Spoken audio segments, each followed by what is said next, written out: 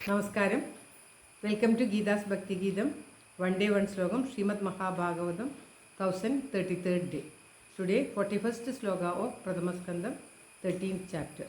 For details please see the description box. Geetha's ഭക്തി ഗീതം ഒരു ദിവസം ഒരു ശ്ലോകം. ശ്രീമദ് മഹാഭാഗവതം 1033 ദിവസം. ഇന്ന് പ്രഥമ സ്കന്ധത്തിലെ 13ാമത്തെ അധ്യായത്തിലെ 41ാമത്തെ ശ്ലോകം. ഓം നമോ ഭഗവതേ വാസുദേവായ. ഓം ശ്രീകൃഷ്ണ പരമാത്മനേ നമ. ഹരിശ്രീ ഗണപതയേ നമ. അവിഘ്നമസ്തു ശ്രീ ഗുരുഭ്യോ നമ. ഓം തത്സത്.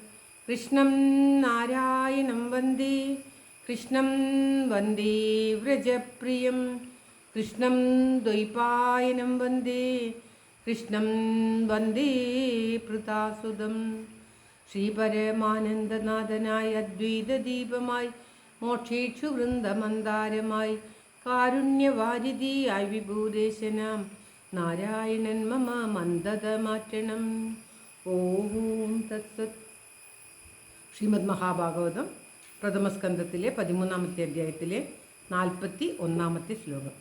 യഥാ ഗാവോ നസി പ്രോദസ്തന്ധ്യാം ബദ്ധാ സ്വദാമഭി വാക്തവ്യാം നാമഭിർബദ്ധ വഹന്തി ബലിമീശിതു.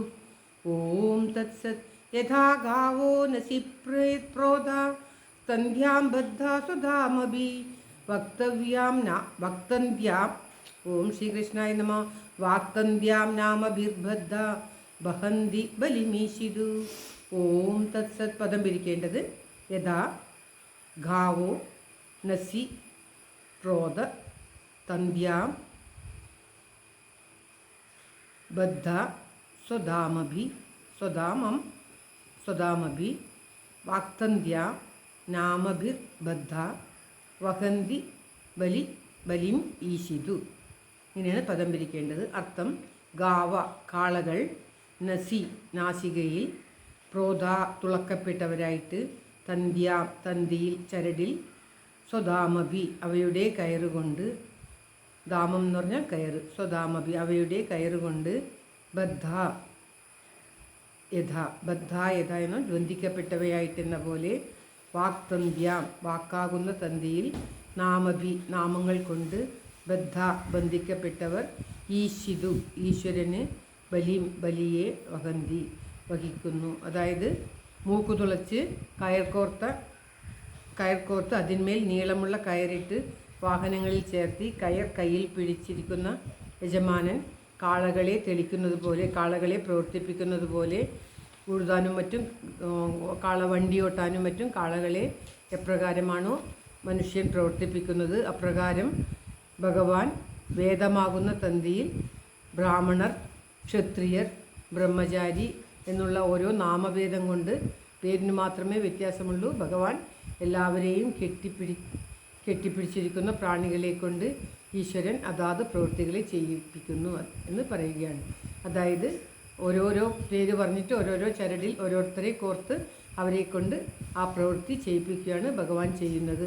എപ്രകാരമാണോ നാം കാളകളെ കൊണ്ട് മൂക്ക് തുളച്ച് അതിൽ കയറിയിട്ട് അതിനെ കൊണ്ട് ഓരോ പ്രവൃത്തി, വണ്ടി ഓട്ടുക, ഉഴുതുക എന്നിങ്ങനെയുള്ള ഭാരം ചുമക്കുക എന്നിങ്ങനെ പല പ്രവൃത്തികളും കാളകളെ മനുഷ്യൻ ചെയ്യിപ്പിക്കുന്നത്, അതിൻ്റെ യജമാനൻ ചെയ്യിപ്പിക്കുന്നത്, അപ്രകാരം ആ യജമാനനാകുന്ന ഭഗവാൻ നമ്മളെയെല്ലാം ഓരോരോ വേദമാകുന്ന ഇതുകൊണ്ട് തുളച്ച് ഓരോരോ പേരിട്ട് ഓരോരോ കയറിട്ട്, ഈ പേരിടുന്നത് ക്ഷത്രിയൻ ജാതി പേരും പ്രവൃത്തിക്കുള്ള പേരും ഒക്കെയാണ് കയറെന്ന് പറയുന്നത്, ഇത് ചരടെന്ന് പറയുന്നത്. അതിൽ കൊണ്ടിട്ട് ഭഗവാൻ നമ്മളെ പ്രവർത്തിപ്പിക്കുന്നു.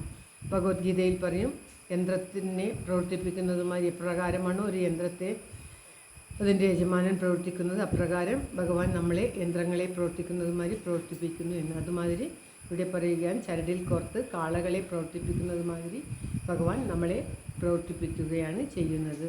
ഈശ്വരൻ അതാത് പ്രവൃത്തികളെ എടുപ്പിക്കുന്നു എന്ന് പറയുകയാണ്. അതുകൊണ്ട് ഈ ധർമ്മപുത്രരോട് പറയുകയാണ്, ധൃതരാഷ്ട്രർ, ഗാന്ധാരി, വിതുരരൊക്കെ പോയതിന് നീ വിഷമിക്കേണ്ട ആവശ്യമില്ല. ഒന്നും നമ്മുടെ കയ്യിലല്ല, എല്ലാം ആ ഭഗവാൻ ചെയ്യിപ്പിക്കുന്നു, ഭഗവാന്റെ ഇച്ഛ എന്ന് കരുതി സമാധാനിക്കണം എന്ന് പ്രത്യേകം പറയുകയാണ് നാരദ മഹർഷി വന്നപ്പോൾ അദ്ദേഹത്തെ പൂജിച്ച് ഞങ്ങളുടെ വ്യസനത്തിൻ്റെ കാരണം മാറ്റിത്തരണം എന്ന് പറഞ്ഞപ്പോഴാണ് നാരദർ ഇപ്രകാരമൊക്കെ ധർമ്മപുത്രരെ ഉപദേശിക്കുന്നത്. ശ്ലോകം ഒരിക്കൽ കൂടി. യഥാ ഗാവോ നസി പ്രോധാസ്തന്ധ്യാം ബദ്ധാ സ്വദാമഭി വാക്തന്ധ്യാം നാമഭിർബദ്ധ വഹന്തി ബലിമീഷിതു. സർവത്ര ഗോവിന്ദ നാമ സങ്കീർത്തനം. ഗോവിന്ദ ഗോവിന്ദ. എല്ലാവരുടെയും നന്മയ്ക്കും ആയുരാരോഗ്യ സൗഖ്യത്തിനുമായി പ്രാർത്ഥിച്ചുകൊണ്ട് ശ്ലോകം ഭഗവാന്റെ തൃക്കാൽക്കൽ സമർപ്പിക്കുന്നു. Geetha Rajan. Thank you for watching. All the best. Have A very very nice day. God bless you. ദൈവം അനുഗ്രഹിക്കട്ടെ. എല്ലാവർക്കും എല്ലാവിധ നന്മയും ഉണ്ടാകട്ടെ. ഓം തത്സത്.